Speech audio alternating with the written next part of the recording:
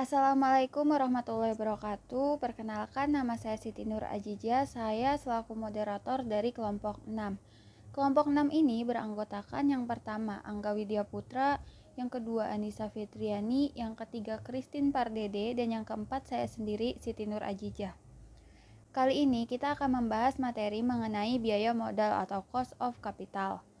Nah, dari materi ini kita memiliki 6 pembahasan. Yang pertama, pengertian biaya modal, yang kedua, fungsi biaya modal, yang ketiga, jenis-jenis biaya modal, yang keempat, faktor-faktor yang mempengaruhi biaya modal, yang kelima, pengertian investasi, dan yang terakhir ada fungsi investasi dalam organisasi. Mungkin langsung saja ke pembahasan dan jangan lupa disimak. Baiklah teman-teman, saya Christine Romara Pardede akan membahas mengenai pengertian biaya modal atau cost of capital. Cost of capital atau biaya penggunaan modal adalah menentukan besarnya biaya real atas penggunaan modal dari masing-masing sumber dana. Untuk menentukan biaya modal rata-rata atau average cost of capital dari keseluruhan dana yang digunakan di dalam perusahaan. Perusahaan maupun organisasi pasti membutuhkan modal, dan modal tersebut akan digunakan untuk keperluan perusahaan seperti kebutuhan operasional perusahaan. Dengan adanya modal, perusahaan mampu bertahan bahkan mampu berkembang menjadi perusahaan besar. Apabila perusahaan menjual surat berharga kepada seorang investor, maka perusahaan berkewajiban memberikan hasil atau return yang diharapkan atau yang dikehendaki oleh investor tersebut. Sehingga dapat disimpulkan biaya modal atau cost of capital adalah biaya real yang harus dikeluarkan atau dibayarkan oleh perusahaan untuk mendapatkan modal untuk memperoleh dana baik yang berasal dari hutang, saham preferred, saham biasa maupun laba ditahan untuk mendanai suatu investasi atau operasi perusahaan. Baiklah teman-teman, selanjutnya saya akan membahas mengenai fungsi biaya modal atau cost of capital. Apa saja sih fungsi yang terdapat di dalam biaya modal? Di dalam biaya modal terdapat dua fungsi. Yang pertama, fungsi mengenai terkait dengan pajak yang dikenakan oleh perusahaan, dan yang kedua sebagai discount rate. Dan di dalam konsep perhitungan biaya modal terdapat dua perhitungan. Yang pertama, perhitungan sebelum pajak atau before tax basis, dan yang kedua sebagai perhitungan setelah pajak atau after tax basis. Baik, selanjutnya saya akan membahas mengenai jenis-jenis biaya modal. Yang pertama, biaya modal utang atau cost of debt atau KD. Biaya modal utang atau cost of debt merupakan tingkat suku bunga yang dibayarkan oleh institusi keuangan. Berdasarkan suku bunga yang digunakan dapat ditentukan berdasarkan tingkat risk free ditambah risk premium.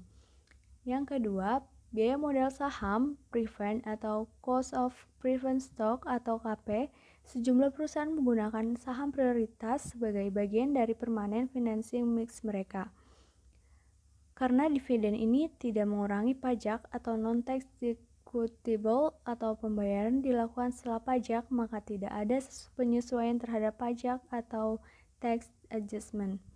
Dalam menghitung biaya modal saham preferred, bagaimana dilakukan penyesuaian pajak terhadap biaya modal obligasi.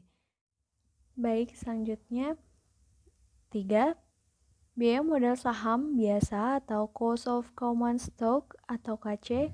Perusahaan dapat meningkatkan modal saham melalui dua cara. Yang pertama, menahan laba, dan yang kedua, menerbitkan saham biasa baru.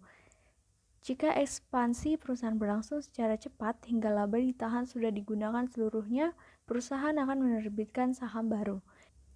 Yang keempat, biaya modal laba ditahan atau cost of return earning atau KR. Seperti halnya biaya hutang, saham preferred, serta saham biasa, biaya modal untuk laba ditahan didasarkan pada tingkat pengembalian yang dipersyaratkan atau diinginkan oleh investor atas sekuritas yang dimilikinya.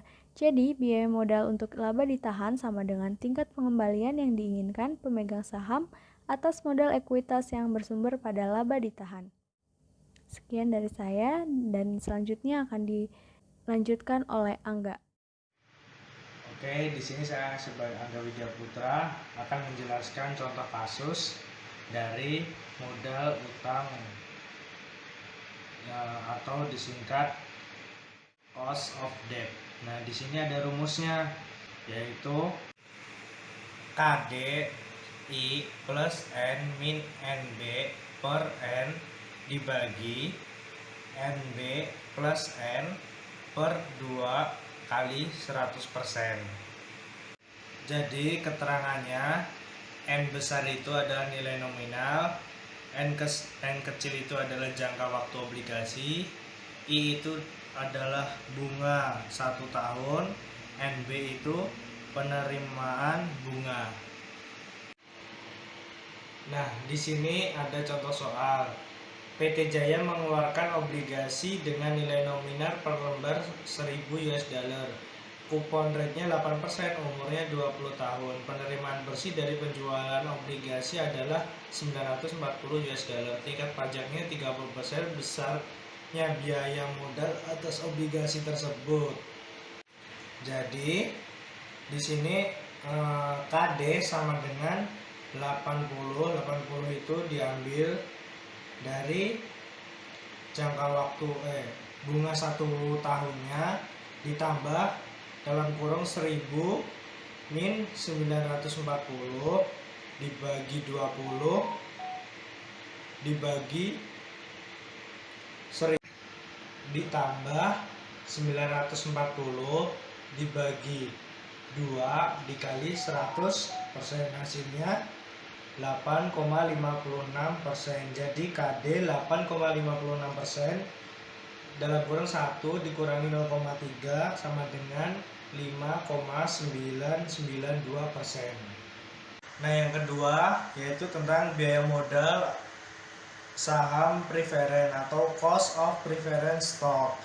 Nah, itu apa? Sejumlah perusahaan menggunakan saham prioritas sebagai bagian permanen finansial mereka.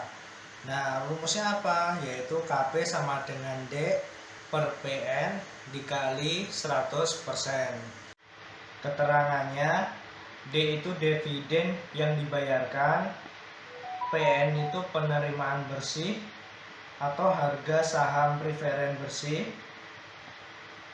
Nah, contoh soalnya, saham preferen PT Jaya bernilai nominal 100 US dollar per lembar dengan dividen 7%.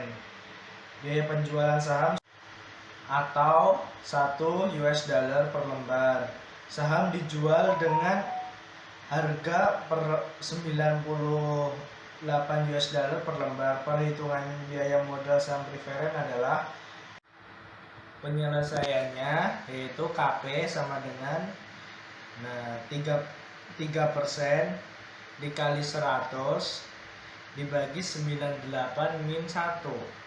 Nah, sama dengan hasilnya 7,22%. Jadi biaya modal sahamnya 7,22%. Baik, selanjutnya kita akan membahas mengenai contoh soal biaya modal laba ditahan. Nah, rumusnya itu KR sama dengan D per P plus G. D sama dengan dividen, P sama dengan price atau harga jual saham, dan G yaitu tingkat pertumbuhan. Langsung ke contoh soal. Jadi, perusahaan menghasilkan laba sebesar Rp500 per lembar saham, di mana Rp100-nya dibagikan sebagai dividen. Nah, harga jual sahamnya itu Rp5.000 per lembarnya, dengan tingkat pertumbuhan 5% setahun. Jadi KR sama dengan D-nya 100 per P, itu P seharusnya 5.000 ya, karena harga jual per lembar. Kemudian ditambah tingkat pertumbuhannya itu 5%, jadi hasilnya 7%. Selanjutnya yaitu biaya modal keseluruhan dan biaya modal rata-rata tertimbang atau WACC. Nah, setiap perusahaan mempunyai struktur modal yang optimal, yaitu bauran atau perpaduan hutang, saham preference, dan saham biasa yang dapat memaksimumkan harga saham perusahaan. Nah, biaya modal keseluruhan itu adalah biaya modal yang memperhitungkan seluruh biaya atas modal yang digunakan oleh perusahaan. untuk menetapkan biayanya itu kita perlu menghitung biaya rata-rata tertimbangnya atau WACC tadi. Langsung aja ke contoh soal biaya modal keseluruhan dan biaya modal rata-rata tertimbangnya. Contoh soalnya yaitu PT Marcel membutuhkan modal yang akan digunakan dalam pendanaan investasinya sebesar 2 miliar. Nah, itu tuh terdiri dari beberapa sumber, ada obligasi sebesar 500 juta, terus saham preference sebesar 400 juta, dan saham biasa sebesar 1 miliar 100 juta. Kemudian lanjut ke tabel ya. Di tabel itu ada sumber dana, jumlah dana, proporsi, biaya modal, dan biaya tertimbang. Jumlah dana ini tinggal yang di soal dimasuk-masukin. Terus buat proporsi itu 500 juta per 2 miliar. Jadi 25% kan, karena 500 juta ini merupakan 25%-nya dari 2 miliar. Terus yang lainnya mengikuti sampai totalnya itu 100%.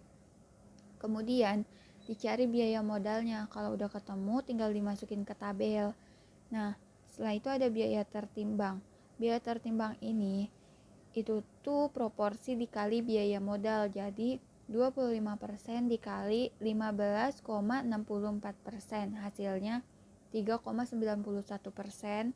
Begitupun seterusnya mengikuti, sama aja. Intinya tuh proporsi dikali biaya modal. Sampai hasilnya tuh ada 17,18%. Nah, 17,18% ini itu merupakan biaya modal keseluruhannya. Mungkin cukup sekian dari saya.